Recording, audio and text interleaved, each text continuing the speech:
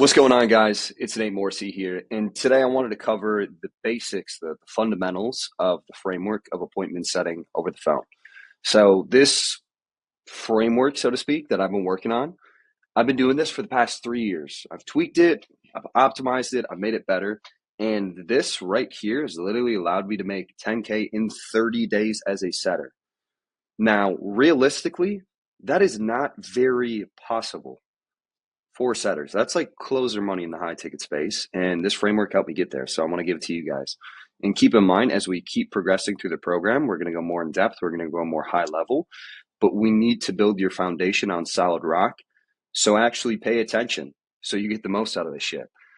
So let's get into it. As far as the framework goes, I do introduction. I get into setting frame. I build the gap, just compare current situation to goals. I pitch our stuff. I pitch call with closer. And then I tie it down, right? So here are the nuts and bolts here. I'll give some examples too, as if I was selling for my company, Art of the Sale, ATS. So when you call someone and they pick up the line, the first thing I like to do is just say their name to them, make sure I'm in the right spot. So if I'm calling a guy named Jim, I'll be like, hey, Jim? Like, yeah, who is this? I'll be like, Jim, it's Nate here from ATS. How you doing today?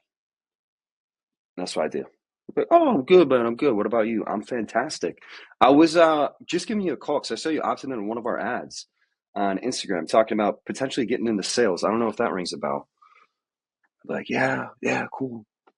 Like, awesome. And then here, this is when you want to ask pretty much if they have the time to talk. So here's how I picture it. I don't like to be the needy sales guy here. It's a good time to establish a little authority. That's how I do it. So if you're new to sales, which you probably are, authority is important. Like you want to appeal as the doctor, so to speak, right? So when I ask if they have the time, be like, well, good stuff. Well, I mean, Jim, I got a couple minutes here before I got to jump for a call. I mean, if you got like 5 minutes, we can kind of dig in and I can try and get you up to speed here. Like, yeah, sure, cool. And then I set expectations. So this is your frame. This is where you set frame. And a lot of newer reps, even experienced reps, I've seen this time and time again, they have a super strong frame and it raises a ton of sales pressure. And like what sales pressure is pretty much where the person knows like wholeheartedly that they're being like hard sold essentially. And it makes your sales process way harder. So newer reps will say something like this. And this is what I don't like. They're like, okay, well, Jim, I'll tell you what, I'm going to ask you a couple questions to see if you're a good fit for what we do. And if I do believe that to be the case, I'll set you up with a Zoom call with our team to walk you through next steps. Fair enough? That's what people do. And it's like, so just don't like it. I don't like it. So I like to keep it super simple. So I was like, all right, good stuff, Jim. Well, let's do this. I'll ask you a couple of questions, just kind of get a better understanding of where you're at. And then we'll kind of dig in, as far as what you're looking around for and see if there's alignment, in terms of what we're doing over here. And then from there, I'll point you in the right direction. Sound like a plan? Cool. Get into my stuff. That's like one example I use. Or you could be like, well, cool. Let's just kind of dig in as far as what you got going on right now, ultimately what it is you're looking around for. And from there, I'll point you in the right direction. Sound fair? Cool. Whatever you want to do. You don't have to make it like crazy ninja move. And then I'm going to get into building the gap. So here is what I like to do. The best way, in my experience, to get someone to act is to have them describe their current situation and then have them describe their desired situation and get them to understand there's a major fucking difference between the two. That causes action, at least in my experience. So here's how I like to do that, because this method rips, is what problem does your offer help people solve? Like, what's the problem you're solving? That's what sales is. We solve issues and we get paid to do so. So if you're selling like info for courses or for coaching, a lot of times in the high ticket space, it's to make more money. It's like biz op, right? It's to make more money, business opportunities, whatever it is. Or if it's not that, like maybe it's life coaching, all that stuff. I mean, probably not going to be on those offers. So I'm going to just apply it to kind of info for making more money. So what I like to do when I get in the current situation is simply ask the questions, what's got them looking into our stuff at this point? And then they'll just tell you. And then they'll literally expose the nail. So for this, I'll be like, well, cool, Jim. Just so I'm on the same page as you, what's got you looking into sales right now? And they'll just tell me, but oh yeah, I've been thinking about getting into sales for XYZ, all this stuff. And it gets you a really good like kind of baseline in the door as far as the current situation. So yeah, I've been thinking about getting into sales because I want to make more money. Well, what are you doing right now to bring in money? Right? What are they currently doing to try and achieve that? Oh, I'm working right now at a 9 to 5. I'm working right now at a 9 to 5. Be like, awesome. How's that been working out for you as far as results go? Are you making the money you want to make? You feel like there's room for growth there? What's going through your head? Oh man, I'm not making the money I want to make. I only make 5 grand. I really want to make, 7 to 10. And the problem is I work 12-hour days and it's just tough, man. It's extremely difficult. Well, what makes it difficult? You can ask a question like that. Dig in on the pain point. So in current situation, the best way I can help you describe it to make more money as a setter is dig in on pain. And it's okay to add the subtle jabs. Like, dude, I like to relate to people. If this man's working in a factory, I'm like, dude, that sucks. Like, I've worked at a factory before. It's hard work, man. I feel you. That's called like getting on the same side of the table, where essentially like you're relating to them. Okay. So see what they've done to try and achieve that. If they haven't done anything, be like, oh yeah, I'm not doing anything right now. I'm not working. Why aren't you working? Oh, I just don't know what to do. I'm kind of torn. I want to get into sales, but I just don't know what to do right now. And the reason why that's important is if they like haven't done anything, you want to ask the question, why not? And then if he says something like that, where it's like, dude, I just want to get into sales, but I don't know what to do right now. What do you mean you don't know what to do? Like, you don't have like information, you don't have a roadmap, the right guidance. Like, what do you mean by that? And just clarify. That's the goal of literally being a good sales rep, is just clarifying, right? And if what they've tried has not worked and it worked bad, is that what has them looking into our stuff? So if we go back to the factory example, he's working at a factory, he hates his job, he's working 12 hours a day. Okay, so just to clarify here, Jim, you're working at a factory, you said you work at 12-hour days, your job sucks. Like, at this point, is that what's got you looking, what we do over here in sales? Yeah, great. And then get into goals. So with goals, clarify what their goal is. What are they hoping to get from our stuff that we sell? That's the important thing. So you can use the question, so like, why sales of all things? And this will sell them, or literally have them sell you on why they want to get into sales, right? Like, oh, well, I just see how much money you can make on a monthly basis, like all this stuff. They'll literally tell you why they want to do sales. And the reason why that's important is the best sales reps have it's the person's idea, it's the prospect's idea. And we just kind of plant the seeds, if that makes sense, right? So what are they hoping to get out of sales? Once they sell themselves on sales or your product, whatever it is, and you ask like kind of why our stuff, then you want to ask the question, like, what are you hoping to get out of that you don't already have? Like, what will make it a win for you, right?